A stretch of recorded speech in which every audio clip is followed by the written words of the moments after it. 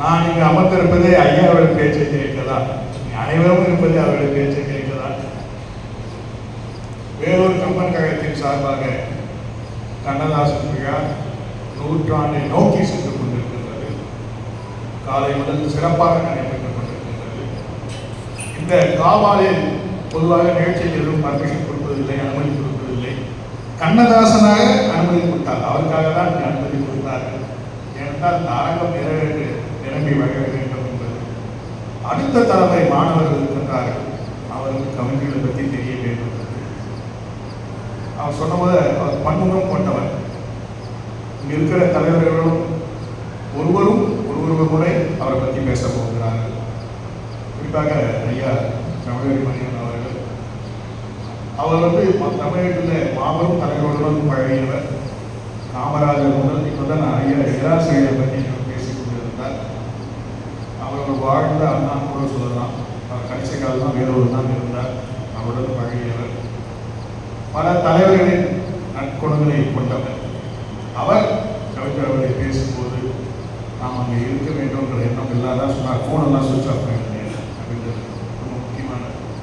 காலையில் கவிஞர் பற்றி நிறைய விஷயம் சொன்னாங்க. நாம நிறைய சொன்ன ஒரு விஷயம் சொல்ல மாட்டேன். ராஜபார்வைன்னு ஒரு படம், கமலஹாசன் எடுத்த படம். அதில் அவரை போய் சந்திக்கிறாங்க. சந்தித்து என்ன சிச்சுவேஷன் சொல்லும்போது ஒரு சாங்காக சொல்கிறார். ஒவ்வொரு தொழிலும் மனம் தெரிவிக்கிறது சாங் வரும். அப்போ இந்த படத்துக்கு என்ன பேர் வைக்கிறது அப்படின்னு கேட்டாங்க. அது உடனே சொன்னாரா, யோசிக்காதீங்க, ராஜபார்வைன்னு வச்சிருங்க. கண்ணதாஸ் கவிஞர் வச்ச பேர் தான் ராஜபார்வை. இன்னைக்கு அந்த பாடல் அவ்வளோ நல்லா இருக்கும். ராஜபார்வை பாடல் கேட்டாங்கன்னா இன்றைக்கும் கேட்டுக்கொண்டு இருக்கலாம். அர்த்தங்கள் ஒரு வார்த்தைக்கும் அர்த்தங்க. இன்னைக்கு இருக்கிற கவிஞர்கள் நல்லா எழுதுறாங்க, யாரும் குறை சொல்ல முடியல. ஆனால் அதோட இசையமைப்பாளருடைய டாமினேஷன் அதிகமாகிடுச்சு. ஏன்னா இன்னைக்கு ஒரு பாட்டு கேட்கணும் போனால் இசை மட்டும் தான் கேட்குறது, வார்த்தைகள் கேட்கல. அதனால ஞாபகம் வர மாட்டேன். ஆனால் அன்றைய பாடல்கள் இன்னும் வார்த்தைகள், ஒரு வார்த்தை நடுவில் ஒரு வார்த்தை சொன்னால் எந்த பாட்டும் உங்களால் சொல்ல முடியும். நீங்கள் நடுவில் ஒரு முதல் வார்த்தை சொன்னாலே பாட்டு உங்களால் சொல்ல முடியாது சிச்சுவேஷன். அதற்கு காரணம் வார்த்தைகள். அதான் அவன் சொல்றது வழக்கமாக இங்கிலீஷில் சொல்லுவாங்க, சிக்கன் எக் ஸ்டோரியா எக் சிக்கன் ஸ்டோரியா. அந்த மாதிரி அவன் சொல்றது இந்த இருக்கிற மக்களுக்கு என்ன எதிர்பார்க்குறாங்க இல்லை, இப்படி இருக்கிற இசையமைப்பாளருக்கு என்ன எதிர்பார்க்குறாங்க இல்லை, நம்ம எப்படி சொல்லணும் அப்படின்னா போய் செய்யணுன்றது தான்.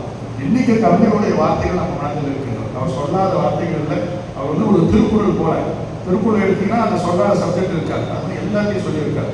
ஒரு குடும்பம்னா எப்படி இருக்கும், ஒரு காதல்னா எப்படி இருக்கும், நட்புனா எப்படி இருக்கும், வியாபாரம் எப்படி இருக்கும், அரசியல் எப்படி இருக்கும். அவர் சொல்லாத வார்த்தைகள் இல்லை, சொல்லாத சப்ஜெக்ட் இல்லை. ஒரு திருக்குறளை சொல்லக்கூடிய எல்லா விஷயத்தையும் தன் பாடலை சொன்னார். அதோட முக்கியம் எளிமையான முறை.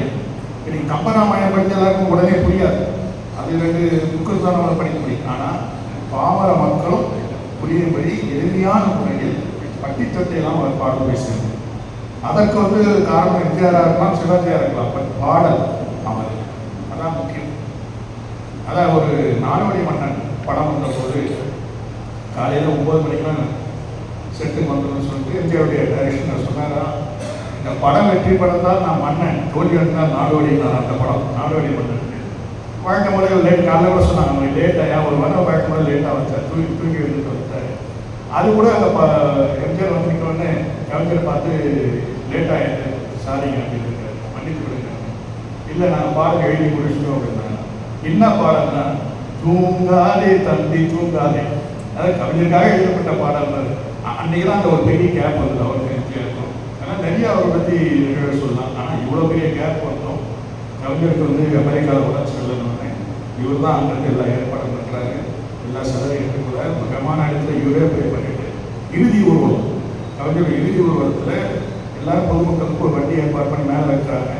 திடீர்னு அன்றைய முதல்வர் வேஷ்டி மட்டி கொண்டு மேலே எழுந்து அவர் தலைக்கு தலையணையில் வைத்து மக்கள் கவிஞரை பார்க்க வேண்டும், கடைசி முறையாக அவர் முகத்தை பார்க்க வேண்டும் அப்படின்னு.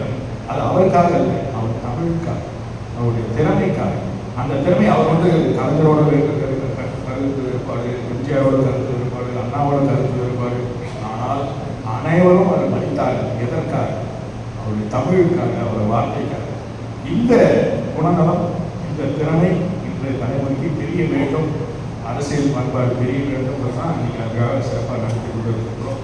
அதனால் இந்த விழாவை நாங்கள் ஆர்வமுடன் அவருடைய பேச்சை கேட்க ஆசைப்பட்டு வீட்டில் கொடுத்துருக்கிறோம். நன்றி, வணக்கம்.